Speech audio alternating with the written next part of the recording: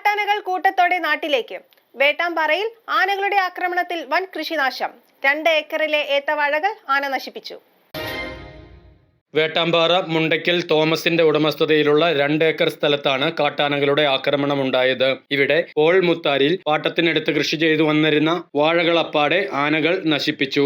6ഓളം ആനകളാണ് വെളുപ്പിന് 2:30-ഓടെ നാട്ടിലിറങ്ങിയത്. 350ഓളം കുലച്ചു പാകമായ വെട്ടാറായ വാഴകളാണ് ആനകൾ കയറി നശിപ്പിച്ചത്.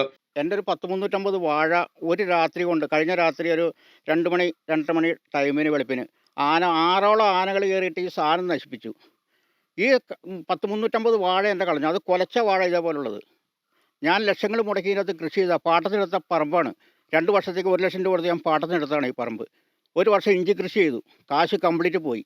ഇഞ്ചി ഭയങ്കര നഷ്ടം. കഴിഞ്ഞ വർഷം 32 രൂപ വില ഉണ്ടായിരുന്നുള്ളൂ ഇഞ്ചിക്ക്. എങ്ങനെ മുതലാവും? അത് കഴിഞ്ഞപ്പോൾ വാഴ കൊണ്ടുവന്ന് വെച്ചു. ഈ വാഴ വെച്ചിട്ട് പല പ്രാവശ്യമായിട്ടും പന്നി ആനയും കയറി 10ഉം 20ഒക്കെ വെച്ച് കളയും. ഞാനൊരു അധികാരികളെയും വിളിക്കാറില്ല. കാരണം അവരെ വിളിച്ച് ശല്യപ്പെടുത്തേണ്ട അതിന് ചെയ്യില്ല. ഇപ്പം എൻ്റെ 350 വാഴ ഒരുമിച്ച് കുലച്ച വാഴയാണ് കയറി കളഞ്ഞേക്കുന്നത്. ഞാൻ പറയേണ്ടത് എൻ്റെ സങ്കടം ഞാൻ ആരോട് പറയും? ലക്ഷക്കണക്കിന് രൂപ കടം എടുത്തിട്ടാണ് ഞാൻ ഈ പണി ചെയ്തിരിക്കുന്നത്.